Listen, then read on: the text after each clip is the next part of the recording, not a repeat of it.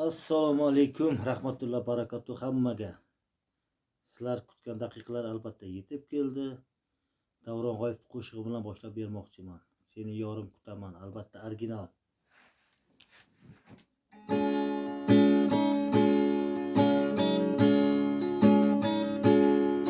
Seni yorim kutaman, o'tirib men yo'lingda, yana torim olaman, yozib ashula senga. Kela qol endi jonim, kuylab beray senga. Bilsang edi yorim, kuylarim seniki. O'ylab seni, eslab seni, men kuylayman jonim seni. O'ylab seni, eslab seni, men kuylayman jonim seni, yorim. Oqshom tushsa har kecha oqtaraman seni men, topolmay yurumdaman, bo'lib hayron har kecha. Yig'lab ko'zlarim yosh, sevaman seni dedim.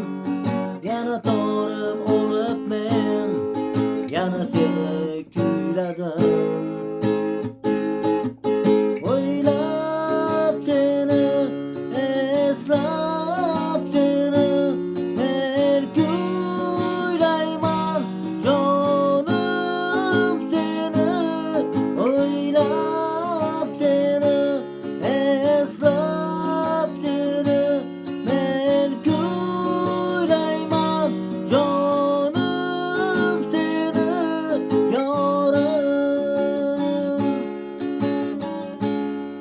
Bugun torim uzildi, ne qilay endi men esa baribir kuylayman seni men. Chunki sevaman, sevaman. O'ylab seni, eslab seni, men kuylayman jonim seni. O'ylab seni, eslab seni, men kuylayman jonim seni, sevaman. E'tiborlaringiz uchun hammaga rahmat. Hozircha xayr, ko'rishguncha yigitlar.